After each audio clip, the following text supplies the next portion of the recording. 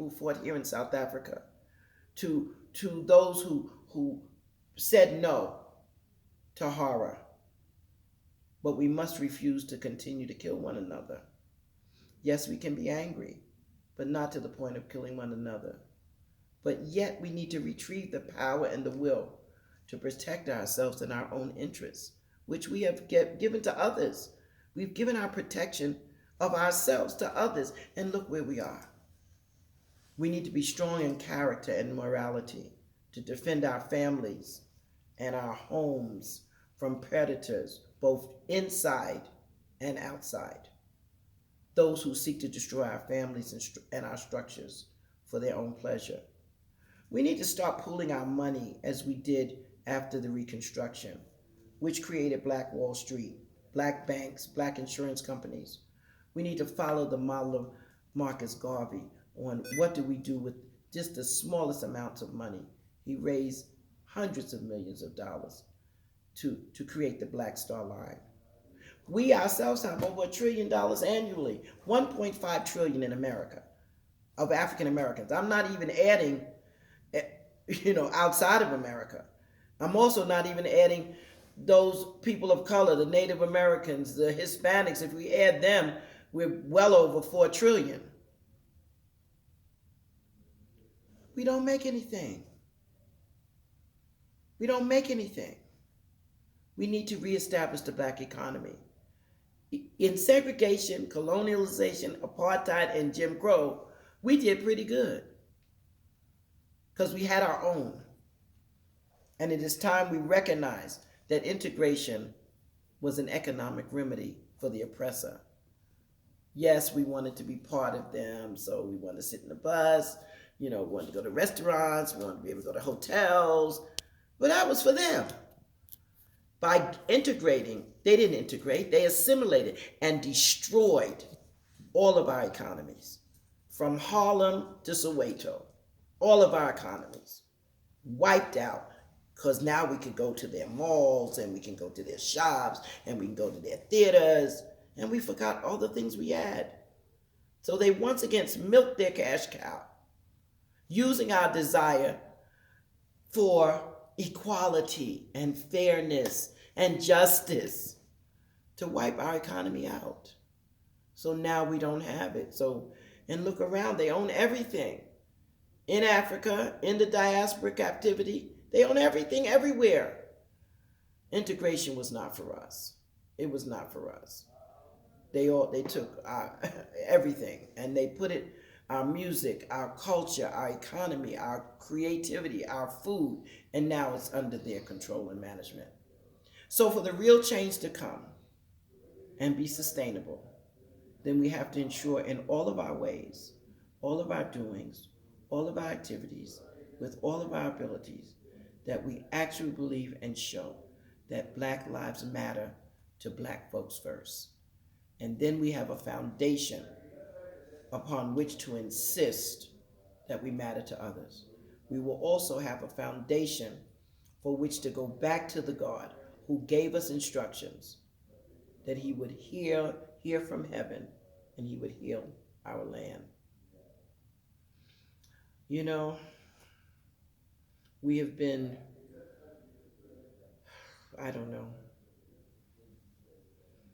pray to everybody, but now we have to be good to ourselves and we have to be better and smarter than we have been about a great many things. We just have to. Now to the sympathetic white people who we love, many of you, how could we not love those soldiers who got on their knees and wept with us? How could we not love those men and women in uniform who apologize? How could we not love the people who just have been crying ever since these murders? How could we not love the white people who fought and died in the civil rights movement? The white people who fought and died here in South Africa. How could we not love them? How could we not want them? In fact, what was our response? We go hugging people.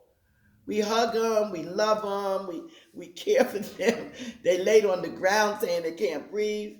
Of course, we know that there are hearts that have been turned to holiness and righteousness inside of white people.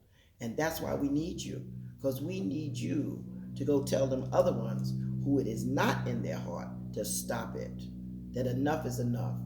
We need you to renounce white privilege. Well, one of the things we probably need you to do is stop calling yourself white, because you're pink, and change the whole matrix, the whole conversation of saying you're majority and we're minority. That's ridiculous. It's almost 8 billion people.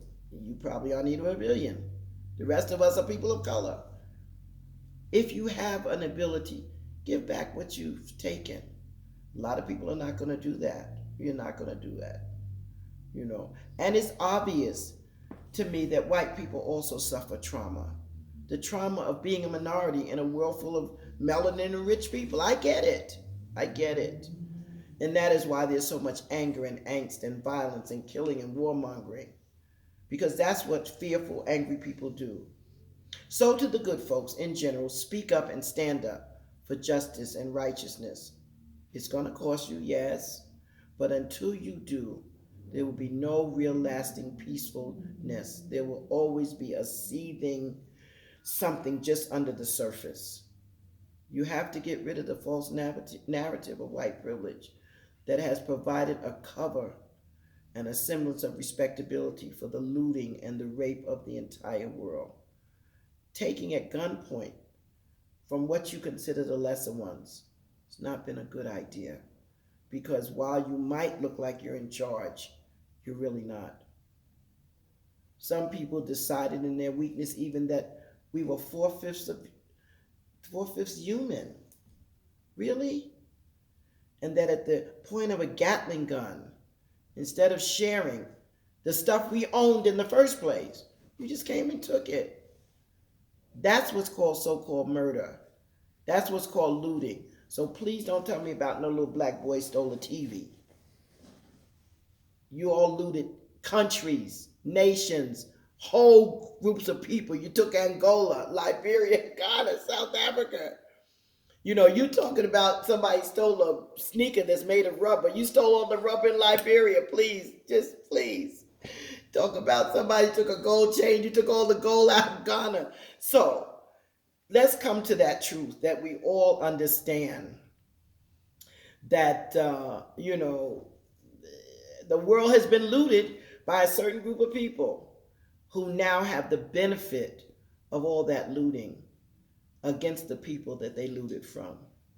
So one or two of you being sad is okay, but as a collective, you need to recognize the heritage of the looting that you've done and be the ones to change your hearts. Everybody's always asking us to change. I'm saying we need to take care of ourselves, but the change has to come from those who started this in the first place. So for you, it means put your money where your heart is. 20% of your wealth into a real development fund for Black and African development. This means everyone involved, countries who plundered Africa during colonization and still do, individuals who are benefiting from what your granddaddy did and your grandmama did. So please stop telling me it was not you. Then give it all back, because it is you, because you're using it. Those Bretton Woods institutions that helped cut up Africa in the first place, World Bank, IMF, all of you, stop lying about Africa owes you any money.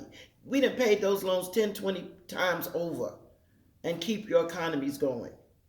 Of course, the details of such a fund have to be worked out by smarter people than me, but at least it's a start. And to be clear, for me, I'm not talking about reparations. You can't afford reparations. You can't afford to pay us back. For over 400 and some years of free labor, taking our bodies, the millions you've slaughtered, really, just start with what you can do, which is at least 20%. Put somewhere so that we can have a start and we know what we're doing on our own terms, not on your terms. Stop coming to Africa with these do-good programs. And then you give us money, but then you give your own countries the contracts to do something good for us. No, give us the money. We really know how to take care of ourselves. Give us the money. For those with political power, we need to make changes. Even though the Dred Scott decision was overturned of 1857 was which said that no African could ever have citizenship in America. Even though it was overturned by President Lincoln in the 13th, 14th, 15th Amendment to the Constitution, it's still in the hearts of people. Roger B. Taney, that racist, horrible Supreme Court justice, he's still in people's heart, thinking we don't belong in America, or if we're in Africa, everything belongs to the colonialists. This is our stuff. And we didn't go to America, so people need to stop saying we're immigrants. Africans in America, the ones who are from slave families, the African American, we're not immigrants. We were stolen and taken to be slaves. So we need to cut all that out and start talking real and start really, really, really understanding what we're up against. So now is the time for us to do something different. Now is the time for us to affirm what we really believe. So all those of us who say Black Lives Matter and we're Black, let a Black Lives Matter to you. Make sure you're taking care of your kids. Make sure you're paying child support. Make sure you're not beating your woman. Women, make sure you're not talking bad to your men and your sons. Make sure we stop black on black crime. Let's try to get the drugs out of the area, babies, because y'all may be having a little money from drug dealing, but you ain't the drug man. You just an errand boy with a little more money. So let's us do better with us. African leaders, let's do better. We have a chance. COVID-19 to me is a chance, because ain't nobody can come help us. We got to help ourselves, because all the people who used to help us, they need help. So let's use this time to make sure that we cut down on all the children who are dying, all the women who are being abused in their home, the level of angst that we have against one another. We have opportunities for that. And again, as to the white folks, go talk to your people. The good ones, go talk to your people. Tell them this is it. Go talk to your people. We can't help them. You have to help them. Stop being who they are. Or do something with them. But y'all got to fix you. We going to fix us. Y'all fix you. And we'll meet somewhere in the middle. So I do hope that this time that you spent with me might have felt a little long, but I wanted to get all of it in one place so that we could have something to consider and we could have something to think about. And I do want to tell you, I know the signs say Black Lives Matter, but I'm convinced if the sign says Black Money Matters, some stuff would have shifted by now. So Black people with your money, think about how we spend our money. I know on July 7th, we're all supposed to not spend $1, but we could just not spend $1 for a whole month.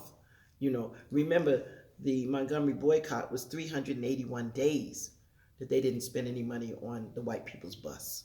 So we can do it if we will understand who we are, whose we are, what God is expecting, what He has given us to do, what privileges we have, but what responsibilities we have. I love you. I pray that you'll have a perfect day. May God bless you and keep you, make His face to shine upon you, and give you His peace. Shalom.